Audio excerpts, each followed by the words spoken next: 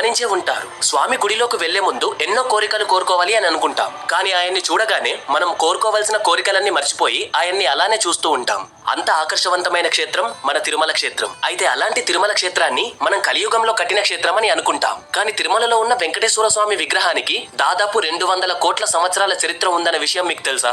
200 కోట్ల సంవత్సరాలు అంటే ఈ కల్పం ప్రారంభం అన్నట్టు. ఇంకో షాకింగ్ విషయం ఏంటి అంటే తిరుమలలో మనం చూస్తున్న గుడి ఒకటే కాదు, మొత్తం 3 గుడులున్నాయి. అండ్ ఇప్పుడు మనం చూస్తున్న గుడి తిరుమలలో రహస్యంగా దాగి ఉన్న గుడి యొక్క ప్రతిరూపం. అంటే మనం చూస్తున్నది అసలైన ఆలయం కాదు. అదే వెంకటాద్రి కొండపైన ఇంకో 2 ఆలయాలు కూడా ఉన్నాయి. అసలు ఆలయాలు ఎక్కడున్నాయి? 1979లో అర్ధరాత్రి గుడిలో ఎవరూ లేకపోయినా గంట కొట్టిన శబ్దం తిరుమల మొత్తం ఎలా వినిపించింది?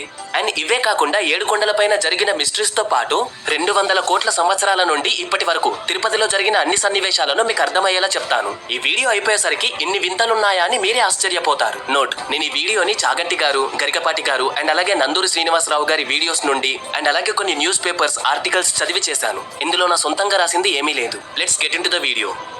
మొదటి సంఘటన 200 కోట్ల సంవత్సరాల క్రితం అంటే శ్వేతవరాహ కల్పం ప్రారంభంలో జరిగిన సంఘటన ఇది. అయితే హిరణ్యాక్షుడు అనే రాక్షసుడు భూమిని తీసుకొని వెళ్లి పాతాళంలో దాచిపెడతాడు. అప్పుడు విష్ణుమూర్తి వరాహావతారం ఎత్తి పాతాళలోకం వెళ్లి హిరణ్యాక్షుణ్ణి చంపేసి భూమిని తన కొరలతో లేపి మళ్లీ సరైన కక్షలో పెడతాడు. అయితే ఈ వరాహావతారం ముగిసిన తర్వాత దేవతలు, బ్రహ్మదేవుడు అందరూ వచ్చి వరాహమూర్తిని భూమి మీద ఉండమని అడుగుతారు. అప్పుడు వరాహస్వామి దానికి ఒప్పుకొని గరుత్మంతుడితో వైకుంఠంలో క్రీడ అనే ఒక పర్వతం ఉంటుంది, దాన్ని తీసుకొనిరా అని చెప్తాడు. గరుత్మంతుడు వెళ్లి ఆ పర్వతం తీసుకొచ్చాక ఆ పర్వతం పైనే వరాహమూర్తి కొలువై ఉంటాడు. ఇక వరాహస్వామి అక్కడే కొలువై ఉన్నాక శ్రీదేవి భూదేవి కూడా స్వామి దగ్గరే ఉంటాము అనేసి వాళ్ళు కూడా కొండపైకి వచ్చేసి శ్రీతీర్థం భూతీర్థంలా కొలువై ఉంటారు. కేవలం వీళ్లే కాదు, సాక్షాత్తు విష్ణుమూర్తియే భూమి మీదికి వచ్చి ఉండటం వల్ల దేవతలు, మునులు వీళ్ళంతా వరాహమూర్తికి పూజలు చేయడానికి వాళ్ళు కూడా భూమి మీదికి వచ్చేవాళ్ళు.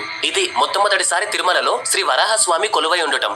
ఇది 200 కోట్ల సంవత్సరాల కింద జరిగింది. ఆ తర్వాత తిరుమల కొండపైనే ఒక నిషాదుడు అంటే ఒక ట్రైబ్ కి చెందిన వ్యక్తి ఉండేవాడు. అతనికి వరాహస్వామి అంటే ఎంతో ఇష్టం ఉండేది. ఎప్పుడు వరాహస్వామికి పూజలు చేస్తూ ఉండేవాడు. ప్రతిరోజు స్వామికి నైవేద్యం పెడుతూ ఉండేవాడు. అయితే ఒక రోజు వరాహస్వామి, ఏంటయ్యా నేనంటే నీకు ఇంత భక్తి, సరే నువ్వు నా కోసం ఒక గుడి కట్టించు, ఎల్లప్పుడూ నేను అందులోనే కొలువై ఉంటాను అని చెప్తాడు. దాంతో ఆ నిషాదుడు వరాహస్వామికి గుడి కట్టిస్తాడు. అప్పుడు వరాహస్వామి అందులోనే కొలువై ఉంటాడు. ఇది 200 కోట్ల సంవత్సరాల కింద జరిగింది. అండ్ తిరుమల కొండపైన విష్ణుమూర్తి మొట్టమొదటిసారి అడుగుపెట్టింది కూడా ఇప్పుడే. ఇప్పుడు రెండవ సంఘటన చూద్దాం. అప్పట్లో శాంకాన మహారాజు అనే ఒక మహారాజు ఉండేవాడు. ఆయన విష్ణుమూర్తికి చాలా పెద్ద భక్తుడు. అందువల్ల ఆయన విష్ణుమూర్తి కోసం దీర్ఘ తపస్సు చేసేవాడు.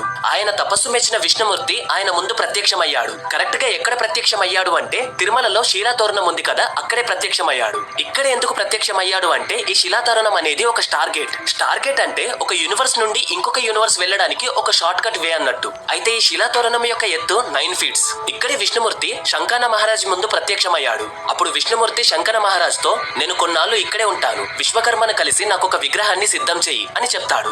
అప్పుడు శంకాన మహారాజ్ విశ్వకర్మతో కలిసి ఒక విగ్రహాన్ని తయారు చేయిస్తాడు. ఆ విగ్రహం యొక్క హైట్ ఎంతో తెలుసా? 9 ఫీట్స్. అంటే ఆ శిలాతోరణంలో విష్ణుమూర్తి ప్రత్యక్షమైనప్పుడు ఎంత హైట్ ఉన్నాడో వాళ్ళు తయారు చేసిన మూర్తి కూడా కరెక్ట్ 9 ఫీట్స్ ఉంటుంది. అప్పుడు ఆ విగ్రహంలోకి విష్ణుమూర్తి ప్రవేశించాడు. శంకర మహారాజ్ విష్ణుమూర్తిని ఎప్పటికీ ఇక్కడే ఉండమని అడుగుతాడు. కానీ దానికి విష్ణుమూర్తి ఒప్పుకోడు.